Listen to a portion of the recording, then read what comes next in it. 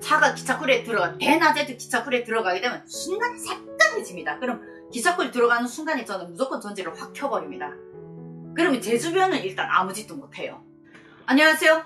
오늘도 대한민국의 영원한 요군 장교이고 싶은 김정아입니다. 충소! 네, 오늘도 김정아TV 시청해주신 구독자분들, 시청자분들 진심으로 감사 인사드리며 김정아TV 언제나 구독, 좋아요, 알람, 댓글로 많은 응원 부탁드리겠습니다. 네, 오늘 이 시간에는 북한 요군들이 외출 시에 어떤 필수품을 소지하는가 합니다.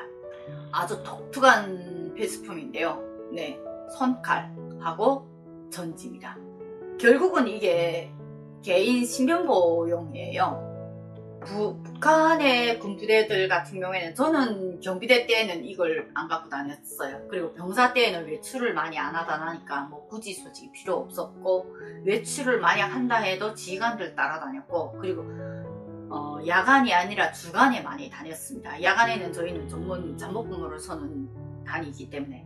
그러면 이 필수품을 제가 챙기기 시작한 지가 언제부터인가? 장교가 돼서부터입니다.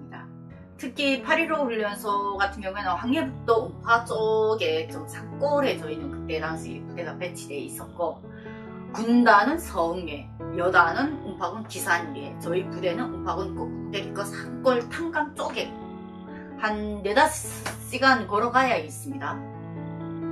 근데 문제는 저희가 왜 손칼하고 전지를 갖고 다닐 수밖에 없냐, 여기에는 한 2가지 문제를 보면 되겠습니다.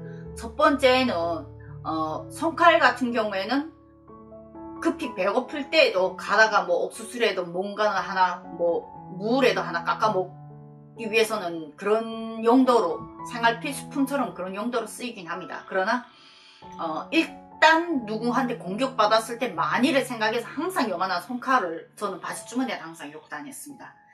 제가 그럴 수밖에 없는 게, 제가 장교 생활 동안에 저는 외출을 상당히 많이 다녔습니다. 출장을 많이 다니다 나니까 이게 북한에는 도로에 차가 많이 없잖아요. 그러면 차를 못 잡아 탈 때는 이렇게 걸어가야 됩니다. 걸어가게 되면 아침에 떠나다가 정말 밤에 밤 12시, 새벽 2시 막 이럴 때 부대 들어갈 때가 많거든요.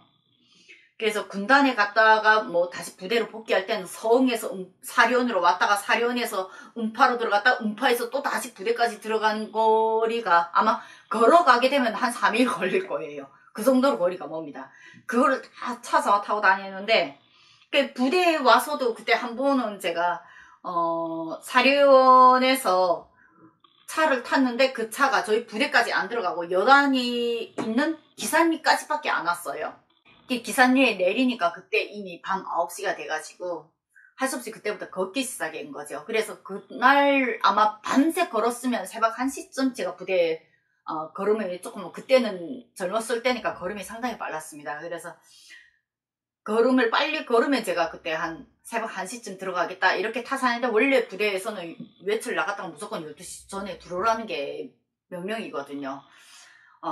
가장 기본은 무조건 지침 시간 전에, 밤 10시 전에 무조건 들어와라. 기본적인 상번 시간, 저녁 5시 상번 시간 전에 들어와라. 그걸 못 지키면 지침 시간 전에 들어와라. 그것도 못 지키면 무조건 12시 전에는 필수적으로 들어와야 된다. 이러는데 도로 교통 상황이 그렇지 않으니까 그걸 어떻게 지켜요? 못 지키지.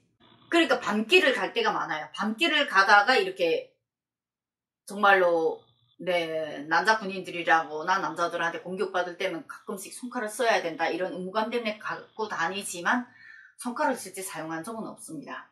그러면 가장 외출할 때 필수적으로 무조건 사용하는 것이 뭐냐? 전지라는 거예요. 여러분 유명한 사진 있죠? 위성사진. 네, 밤에 촬영했던 한반도는 대한민국은 완전 섬의 나라가 되는 거. 네, 북한이 암흑세상이기 때문에. 가로등 하나 없기 때문에 밤에는 진짜 깜깜해요. 첫째로 걸어 다니기 힘들 정도로 깜깜하지만 그래도 걸어는 다닙니다. 그러니까 밤길을 하도 다니게 되면 그게 다 보여요. 그렇기 때문에 밤길에 다닐 때 전지를 항상 갖고 다닙니다. 그러니까 밤길 다닐 때 전지를 갖고 다니는 이유가 물론 어두운 밤길을 조심하자는 것도 있지만 내 앞에 시야에 어떤 위험한 게 있냐 그것을 살피는 용도도 됩니다. 그래서 전지를 항상 중국전지, 저는 그 전지만큼은 진짜 엄청 아끼고 다루고 항상 새 전지를 1년에 한 번씩 교체를 했거든요. 전지를 갖고 다니는데 전투가방을 이렇게 항상 메고 다니고 손칼은 항상 바지 주머니에 있습니다.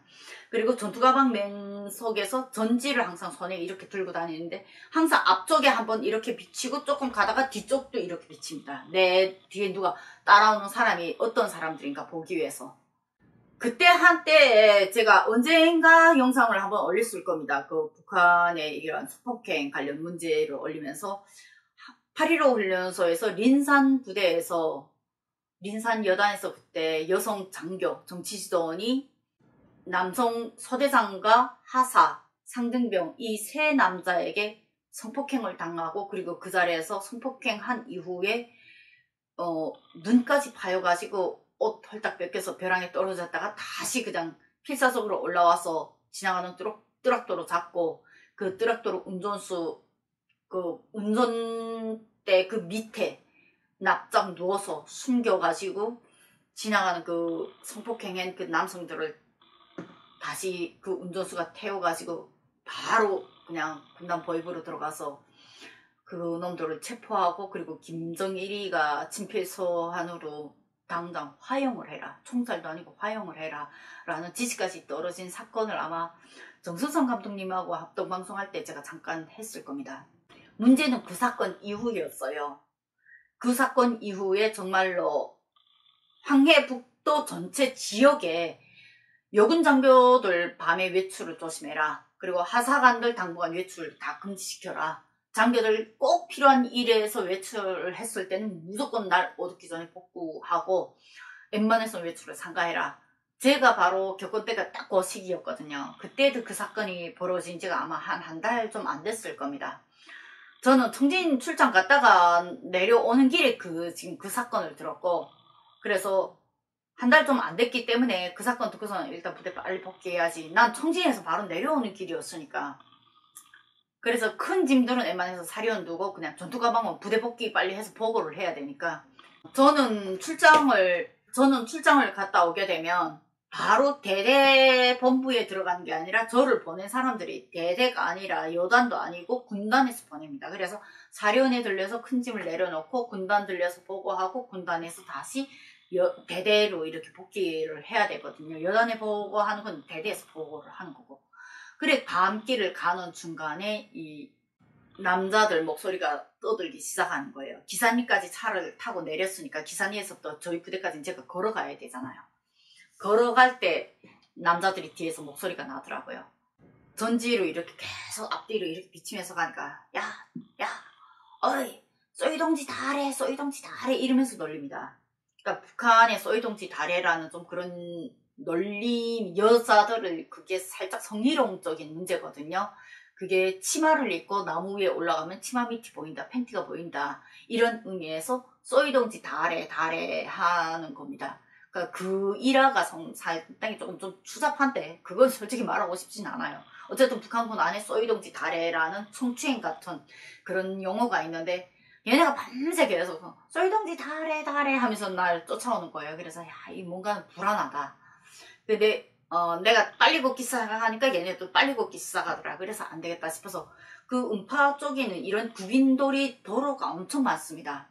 그래서 한 번은 산을 착 애돌면서 탁 구빈돌이 돌았을 때 얘네가 안 보일 때 전지를 확 꺼버렸어요. 깜깜한 밤에 그게 유리한 점이라는 겁니다. 전지를 켰을 때는 내 위치가 밝혀지만 전지를 확 꺼버리게 되면 내 위치가 숨겨져요. 그리고 바로 그 길 옆에 있는 옥수수 밭에 들어가서 납작 엎드렸죠. 얘네 쫓아오다가 갑자기 내가 사라지니까 야 이간 어디 가서 그때부터 이간 나 소리가 나오더라고요. 그리고 막 그 주변을 샅샅이 전지로 막 훑고 이러는 거 그죠? 딱 누워서 숨도 안 쉬고 가만히 있었습니다. 한 2시간을 찾아 헤매다가 이 새끼들이 끝내 부대로 안 가고서 계속 찾아 헤매더니 저희끼리 가더라고요. 가는데 산 등성에 올라가서도 지금 그 외통길이기 때문에 그 길로 지나갈 수밖에 없거든요. 거기서 또 위에서 또 이러고 내려다보면서 나를 찾는 거예요.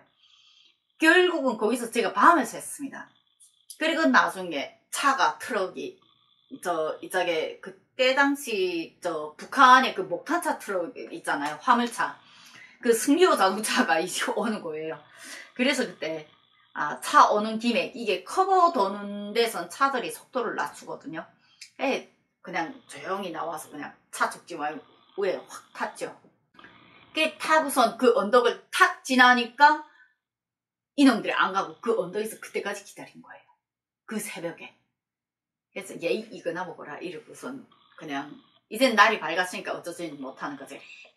열이 받으니까 이만한 돌을 집어서 내 쪽에다 던지는데 맞지는 않았습니다. 근데 차 거기를 비껴가니까 운전수가 야이 개새끼들아 하고 소리 지르더라고요.